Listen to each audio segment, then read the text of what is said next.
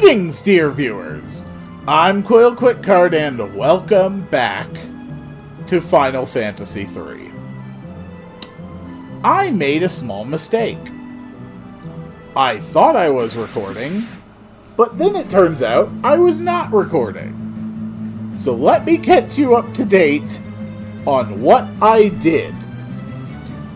Which, to be fair, was not all that much. So, I ran around Saronia.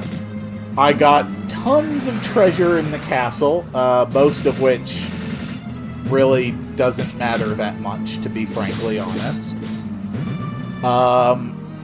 Then, some dudes in the castle gave me a new airship. This airship. This is called the Nautilus. It is very, very fast, and it will be fast enough to get through the winds that blocked my way on the southern continent to finding Doga. I also stocked up on my summoning spells, and I wanted to show how summoning works in this game. So, every summon has three possible effects. If you're an evoker, then it picks randomly between one of those two effects every time you use that summon.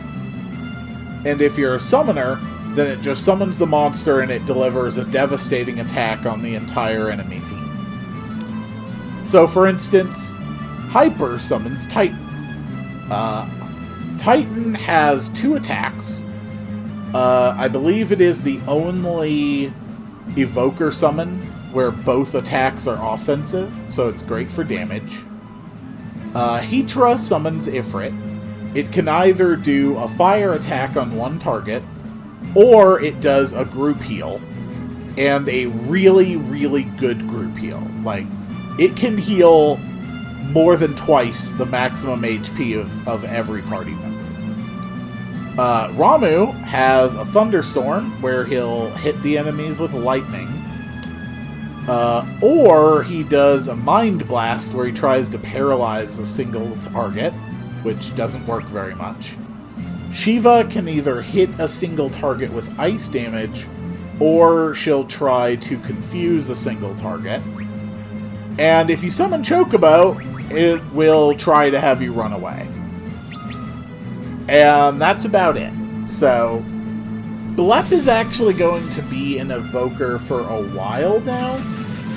So, I just want to make damn sure I'm actually recording this time. Okay, I am. Yeah, you guys missed about 20 minutes of me running around, visiting all the shops. One thing I did get from the shop was, instead of ice or fire, ice, and light staffs, I got rods, which cast the level 2 magic, the Thundara, Blizzara, and Fyra, which is awesome. I got rune bracers for my casters, so they finally actually have some armor. Other than that, didn't really do all that much.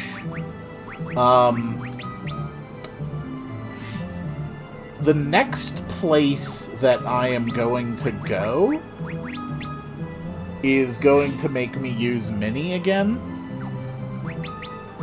So, I'm going to,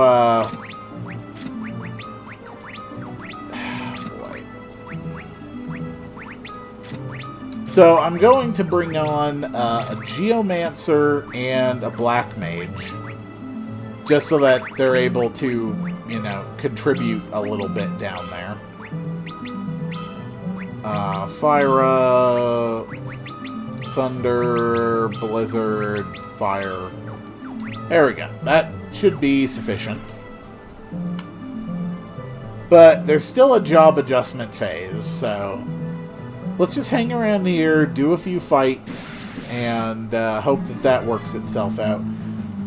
Why these guys? I don't like them.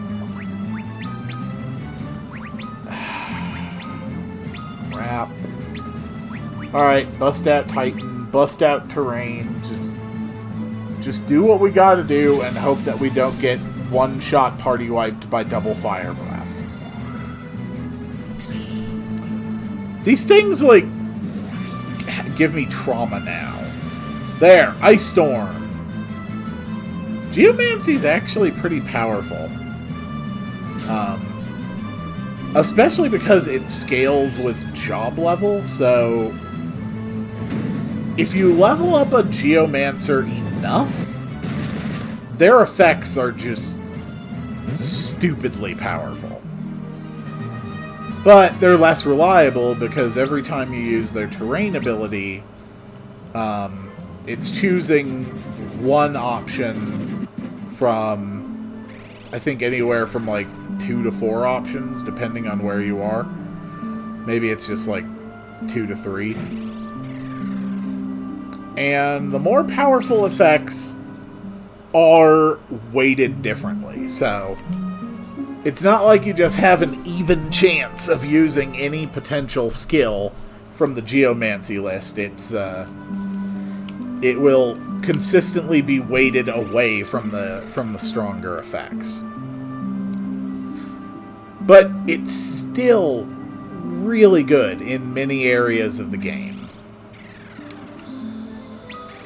So, still gonna have to do some more fights.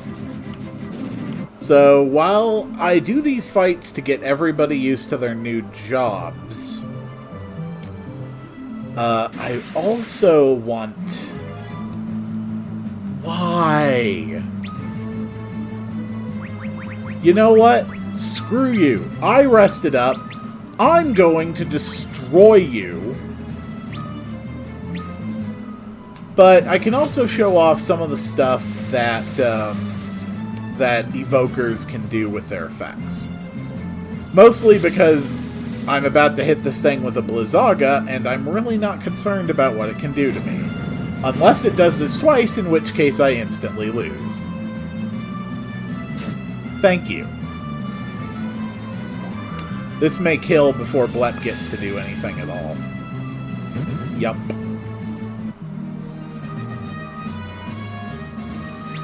At least it looks like we're a little bit more resistant to that fire breath than we were before.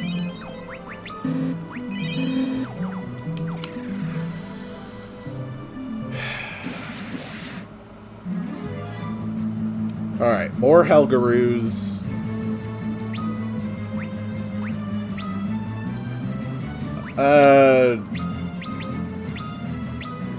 Come on. I really do want to show off some kind of an effect.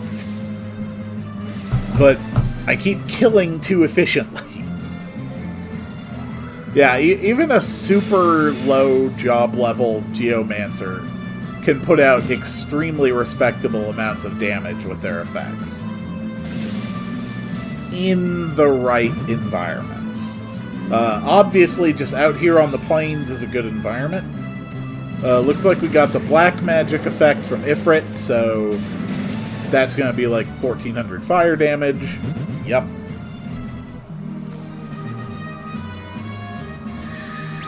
Honestly, I'm just glad that I'm actually recording. Alright, we still have people that have not adjusted to their jobs.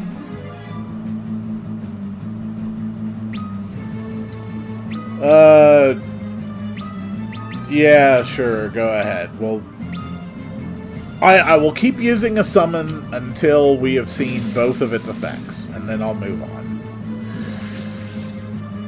I mean, as we play through this episode, I just want to be able to show off some of the cool things that they can do. Assuming this doesn't kill. Alright, that's another Hellfire. I think the Evoker summons are 50-50 on which effect they'll use. At the very least, it certainly feels 50-50. Alright. Blep is good. Now just Iggy and Bob. Come on, Iggy and Bob.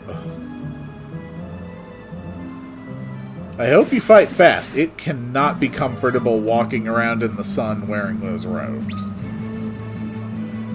Yeah, Fyra, why not? Light Rod, Ifrit, Terrain, sure, why not? Let's just turn this on and see what happens. Wind Slash. Alright, here is Ifrit's white magic effect. This is its group heal. It is a really, really strong group heal. Yeah. That was more than twice the maximum HP of anyone in my group, so it's really, really good. Thank you, Iggy. Thank you, Lunith. Thank you, Bob. Bob, I'm sorry I had to temporarily have you not punch things to death. We're close enough. Let's just head over to Dog and see what we can do.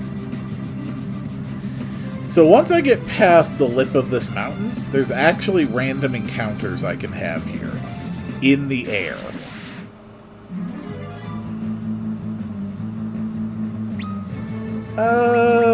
Thunder, sure. Alright, so let's move on to testing out Ramuh's abilities. Geomancer can still do their ice storms up here in the clouds. Light Rod uses Thundara, which is very good on a flying target. That hurt quite a lot.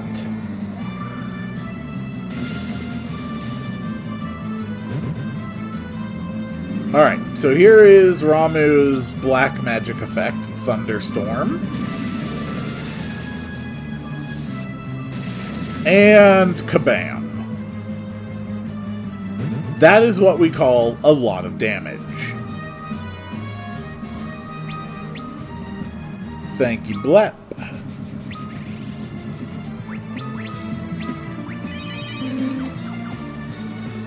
And everybody is now fully adjusted to their jobs, and we may enter Doga's Manor.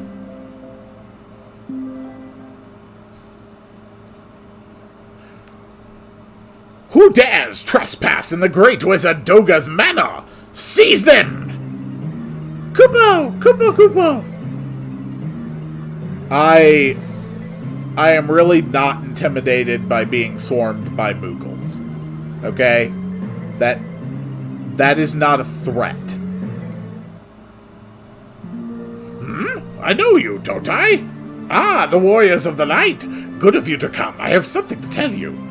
The one who is summoning the darkness into this world is none other than Xander. Yeah, I'm pretty sure that name's been mentioned. Xander, Uni, and I were apprentices of the great Magus Noah. When Noah died, he bestowed upon us gifts. The power of magic to me, which is awesome. The world of dream to Uni, which is awesome, but not as good as magic. And to Xander, Noah granted him mortality. Okay. I would say that Xand was justifiably pissed at that. Of course, Xander was not pleased. He covered this world in darkness and stopped the flow of time. Xander's plan was to stay his eventual demise by halting time itself. But then you appeared and restored time to its rightful rhythm. However, Xander seems intent on stopping time again. Come, you must help me stop Xander!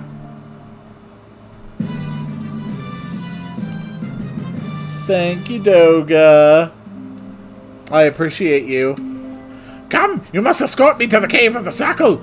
In my room is a secret passage that leads to the cave. The candle on the wall is the switch that opens the hidden door. That's great. So,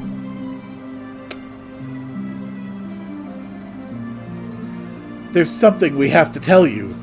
Goldor destroyed the Earth Crystal. Goldor? No matter, that crystal was a fake. Created it myself. It was only good for making gold. Do not worry, the Earth Crystal is still whole and safe, but its location is unknown. Don't ask me how I know it's safe! Look, if you are immortal, and then the guy you are studying under and respect grants you mortality and says it's a gift, whatever the actual philosophical reasoning behind that might be, I think you are completely justified in being pissed off. Master Doga, are you going to the Cave of the Circle? Yes, I am. The Cave of the Circle is connected to the World of Darkness.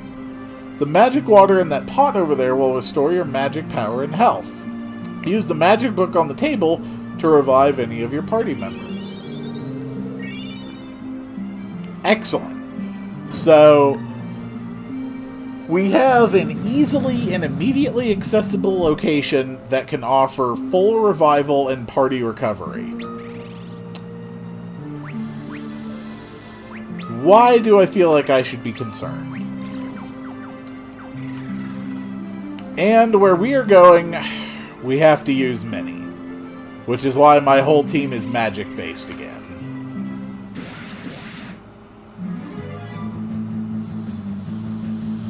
Luckily, it is not too long of a dungeon, and it doesn't have a boss at the end, so... Looks like my type of fight! Flah! Really? Holy crap, Doga! What the hell, man? What did that bug do to you? I mean, you seemed really, really pissed off at it. Holy crap. So, whatever we might fight in here, just remember that they are all, like, an inch tall, and it's absolutely adorable. Also, apparently, do not piss off Doga.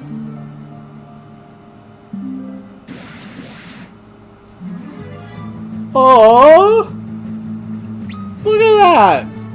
Oh, these things are so tiny! Oh my god, just a little tiny adorable horse creature! And an imp! Oh, that must be the cutest thing in the world. Aw, they're just trying so hard! Hi, tiny horsies! Aww.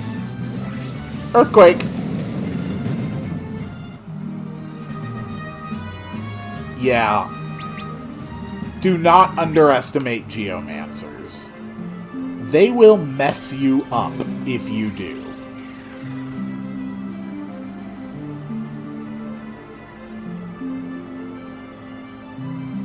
Okay.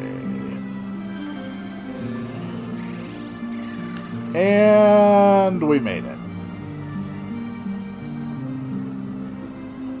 Cough, cough! Oh no! I would say he's probably going to die of illness soon, but that's already not happened twice. We must hurry! My time has almost come! I will cast a spell on your ship so that it may travel underwater. Why couldn't you cast that from anywhere else? You did not need my help to come into this cave. You dealt over 5,000 damage with a single spell.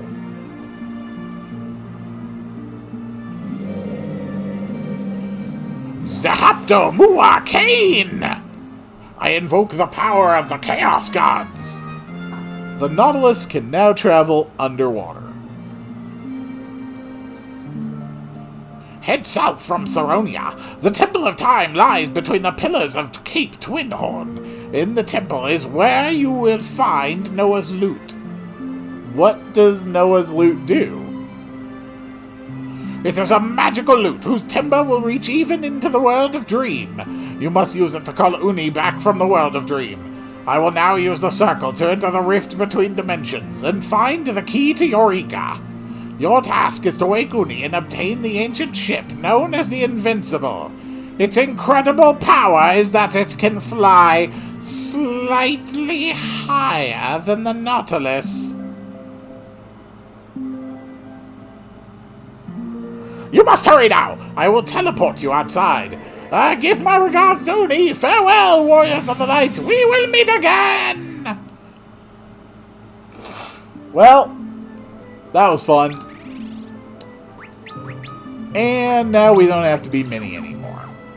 So, Iggy, you were actually doing really good as a Dragoon, and we have a lot of Dragoon gear, so you can go back to that.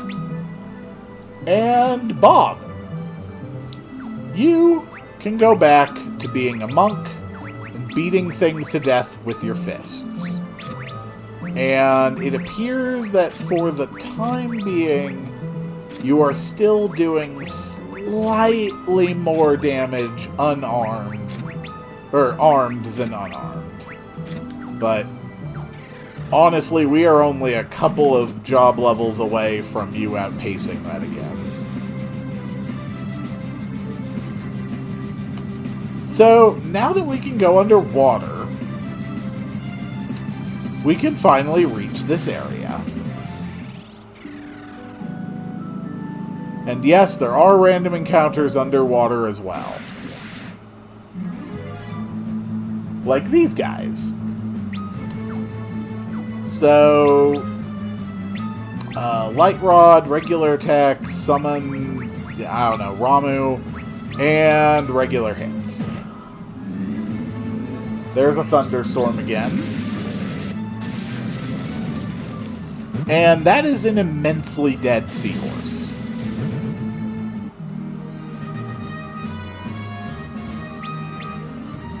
Thank you, Iggy. Thank you, Blep. And another thing is... So, Gnomish Bread displays a detailed map. And what that means specifically is that I can see all of the locations that I haven't visited yet. So here we can see the Cape Twin Horn down there at the bottom of the northwestern continent. That is my first destination. We can see there's a cave just south of Saronia to check out. And then another cave to the far east on the Triangle Island. Those are the 3 underwater locations. And now I have memorized their spots, so I will be able to visit them more easily. This is Doga's Village. You can buy all the magic in the game that is level 7 or less, with the exception of the level 6, 7, and 8 summons. Those you actually have to pick up. But yeah, it's a neat little spot. If you ever need to stock up on magic, you can come here very easily. You can grab anything that you need. It's just convenient. Now, I don't actually remember between the 2 underwater caves. One of them is very accessible from the beginning, and actually is a fantastic spot for treasure. And the other, not so much. So this is the Sunken Cave. There is a boatload of treasure in this place. And it is entirely optional. It is also, however, very dangerous. At this point in the game, these things are really tough. So, I want to be careful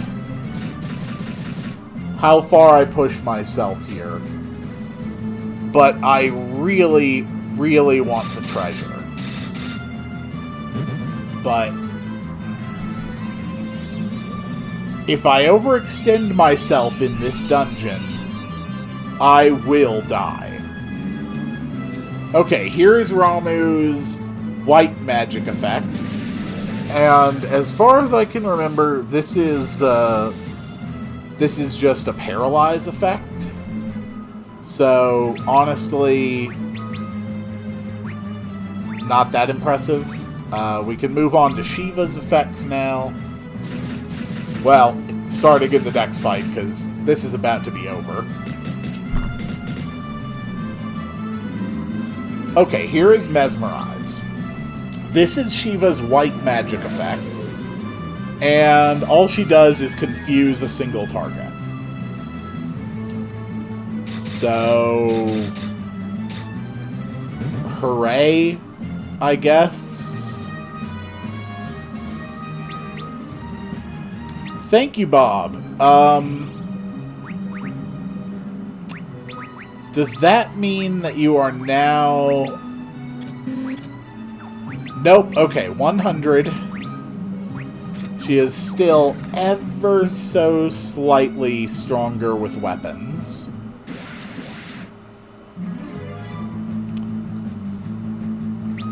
Okay, sea witches. I think these things are spellcasters, and I do not want to mess around with them, so we're going to go straight to using Titan.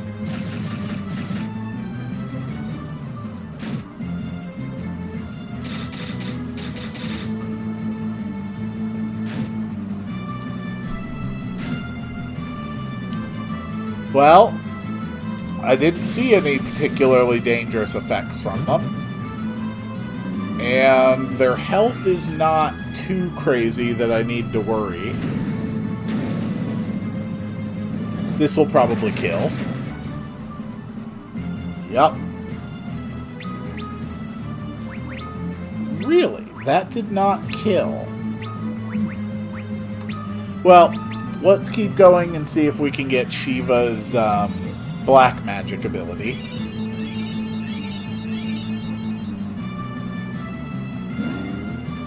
Okay, yes, they do cast spells. Wasn't too powerful, though. Ow.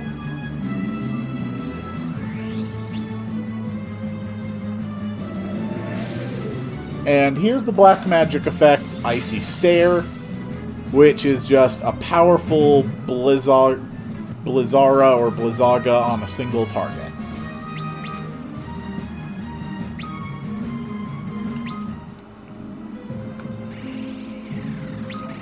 Alright.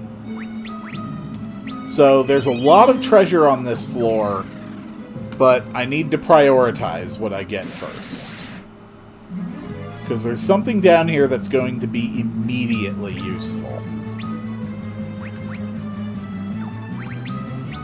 What are these? Eegers? Okay.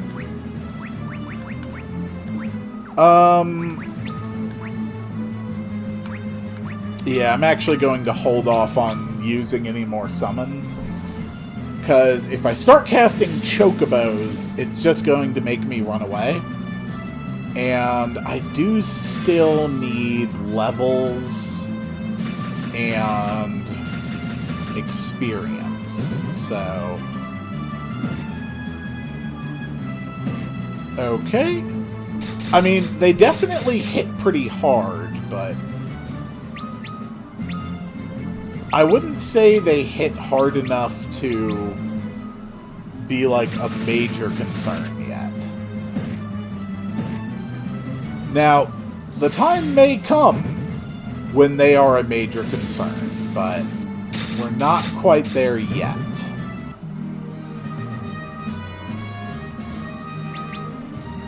Good job, Iggy. Good job, Blep. Good job, Bob. Alright, let's heal up. And keep going. I'm probably going to make at least 2 trips into the cave before I get everything. Alright, yes. Tiger claws. Bob has just outpaced her damage for a while. There's still 2 weapons I can get on this floor.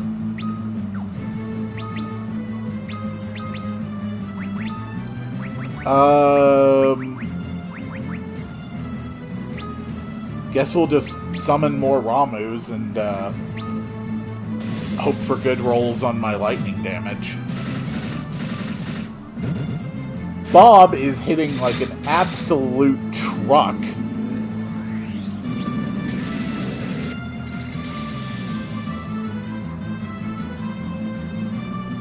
And Ramu was basically worthless right there.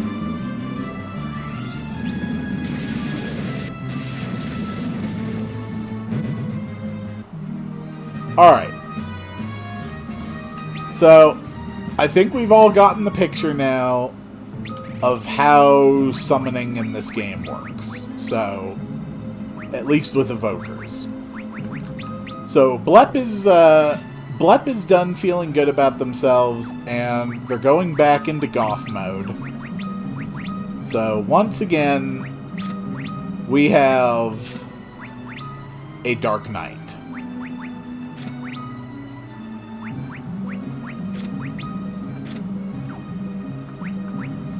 Who, ironically, now has some of the worst, and now has the second worst defense in my party.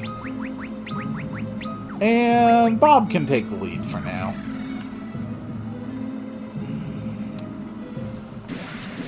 Soul Eater from the Dark Knight is still just such a powerful attack that it's worth using.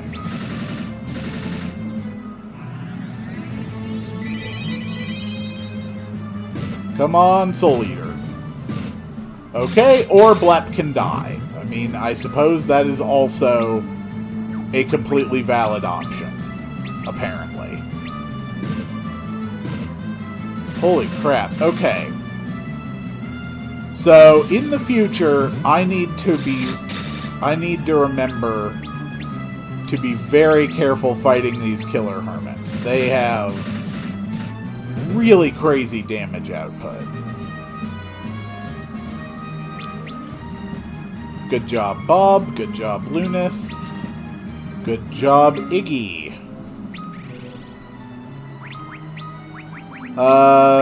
Yeah, let's get Blep back up. I'm quickly to the point where I can drain all of my basic healing spells. Alright, there's a Chakram.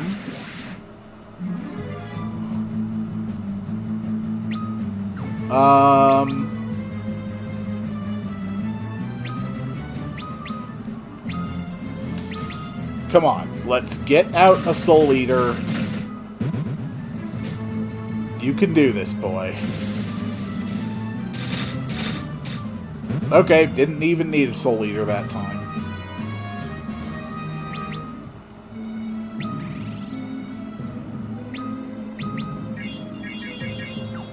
Running low on potions, too.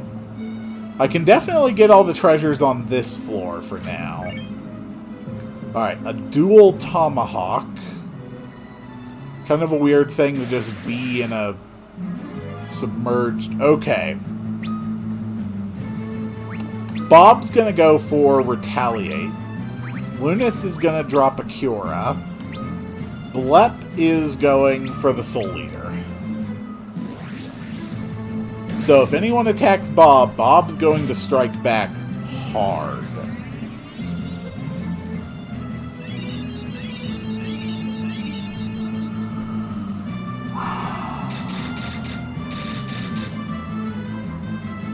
Come on, get out the Soul Eater. There you go. That's my boy, Blep.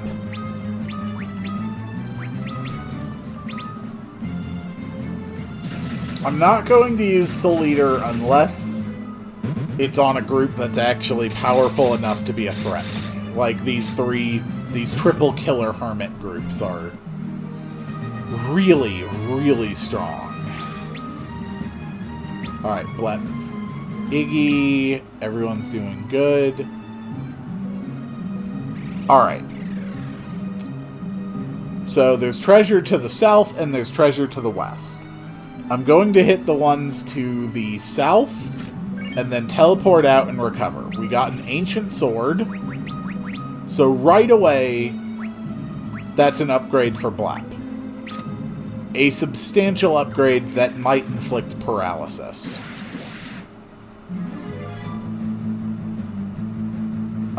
These ones are not as threatening, but there's still 3 of them, so we're going to go for Soul Eater again.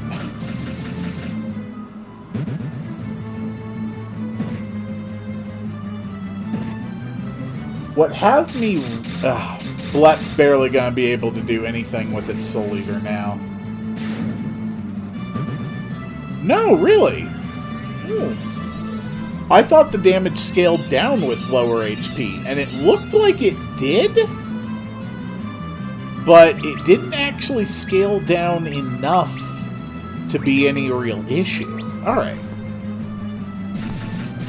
So, what has me really concerned is that the last 4 treasure chests in this dungeon, they are all trap encounters.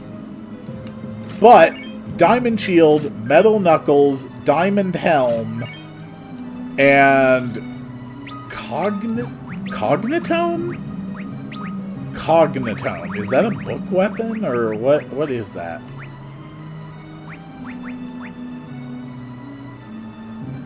Okay, it's just a book with really high base attack, I guess. How tough are metal... Holy crap! An attack of 100?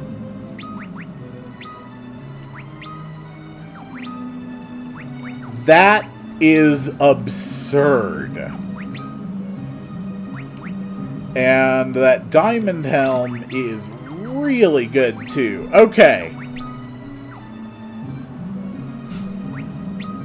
Do I feel lucky? Do I want to push for a few more treasure chests before I leave? I don't know what those can do. So, I'm going to have to go in assuming the worst. Bob, how hard can you hit now? That was almost 3,000 damage off of a base attack.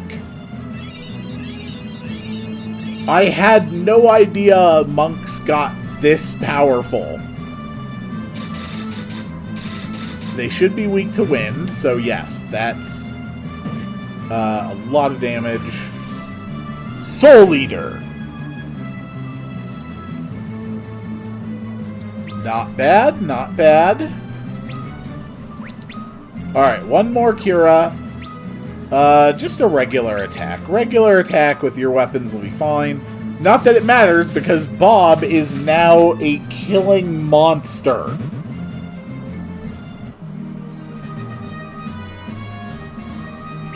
Okay. We are gaining a lot of levels in this cave.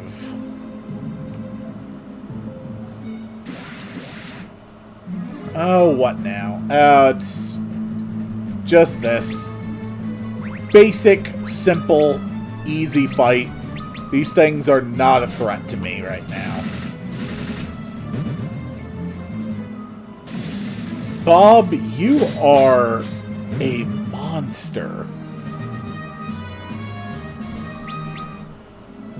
Alright.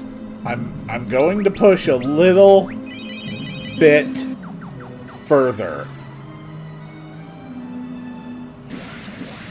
Oh, the treasures are right there. The treasures are right there, and I want them.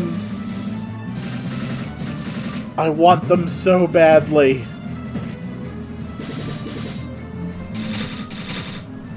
Come on.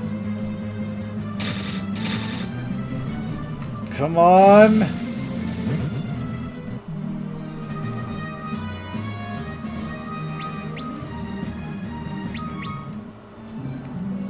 Alright, we got an air knife, diamond mail, Loki harp. No! No! Oh god, no. Okay. You know what? They put out so much damage that it is honestly not worth trying to heal through it. Holy crap. That was so much worse than I anticipated. Blep, please attack before it does. So what does a Soul Eater do when your HP's that low? Still over 800. That is so impressive. Alright, so if I'm in an environment where I can keep my health up, there's no reason not to just do a Soul Eater every turn. And Diamond Bracers. Okay, we're teleporting out. We're gonna come back in. I'll see you in a minute when I am ready to go in for the rest of the treasure. Alright, I am back. And you know what? Iggy is a thief again. You might be wondering, why is Iggy a thief again? Because thieves can flee. And Iggy is super fast. Meaning that I have the ability to get away from almost any fight before I can take hits. Unless, of course, it's something like this, and I get back attacked. Which sucks. Also, sometimes Bob is still faster. Really. I did not actually know that your escape attempt could fail. That puts a bit of a damper on my plan, actually. Still, in case that plan did not work, I bought enough potions to support my next foray into this dungeon. I have also now used half of those potions. Okay. So just in case, we need everybody ready to go on the offense to kill if the escaping doesn't work. But don't think that trying to run away is the only skill that Iggy has brought to the party. Iggy has some new gear. In fact, Iggy has new gear from this dungeon. The Chakram and the Air Knife, bringing his attack up to 139, which is more than even Blep is bringing to the party right now. Iggy is not afraid to throw down. If you don't let Iggy escape on his terms, he will kill you on his terms. And there isn't a damn thing you can do about it.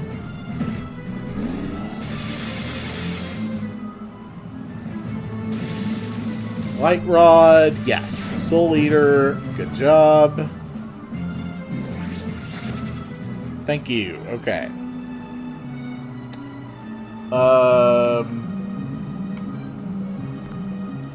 Which way do I want to run? I think... Nope. Really, back attacks. That's just great. As soon as I brought a thief to the party so that I could avoid doing most of the fights, you just decided that I wouldn't get to do that anymore. Oh, and now you're group casting. That's really great. That's really, really polite of you. I really appreciate it. Okay, you know what? Fine. You want to be like that, then Iggy's going to fight back. Yeah, how do you like that? 1,312 damage from the back row. And how does Iggy pull that off? Well, it's actually very simple. You see, boomerangs and chakrams as thrown weapons do the same damage from the back row, just like bows do. Oh my god. The encounter rate in this dungeon is way too damn high. Just run. Okay.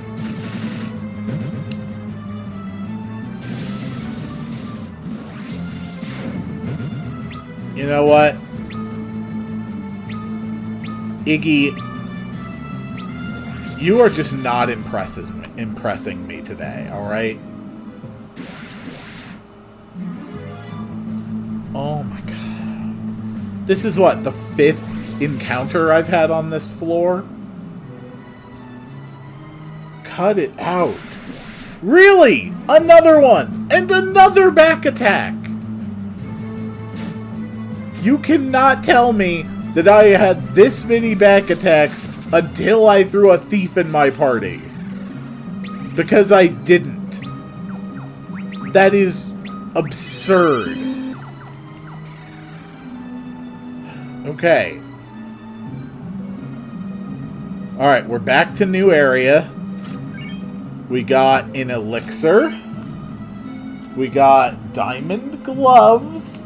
Very important.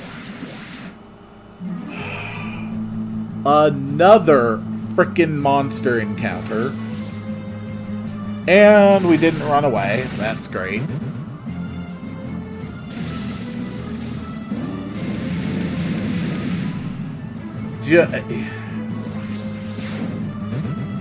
Cut it out, man.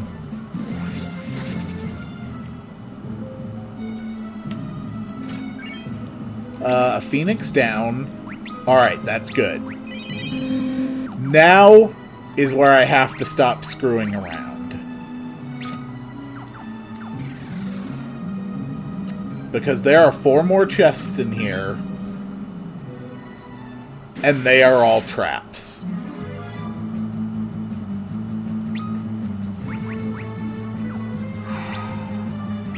An eater.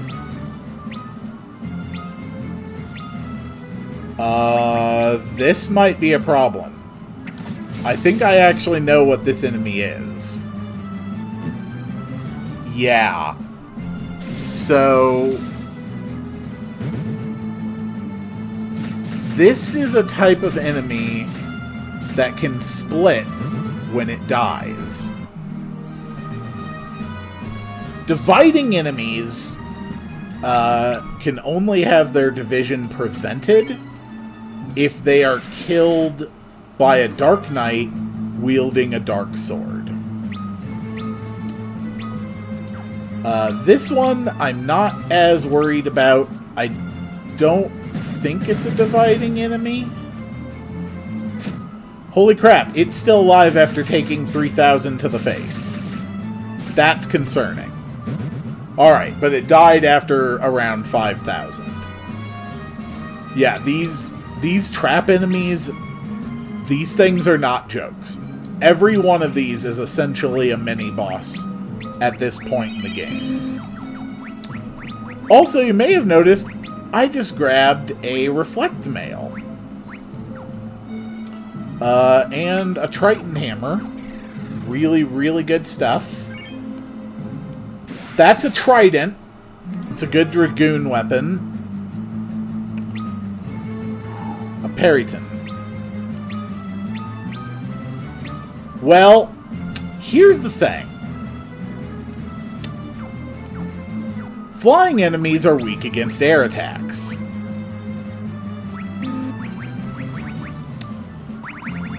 How much weaker are the wyvern claws? Okay, they're weak enough. But, you see, Iggy here, his air knife deals wind damage. This thing is about to have a very bad day. In fact, it just got hit for 9,999 damage off a critical from a thief. And lastly, we have an Aegis Shield. What the crap is that?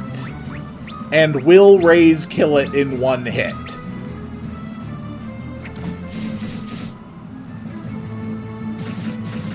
I really hope Raze kills it in one hit. That would make me very happy.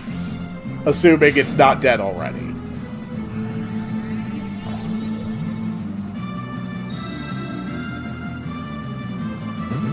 And it's dead.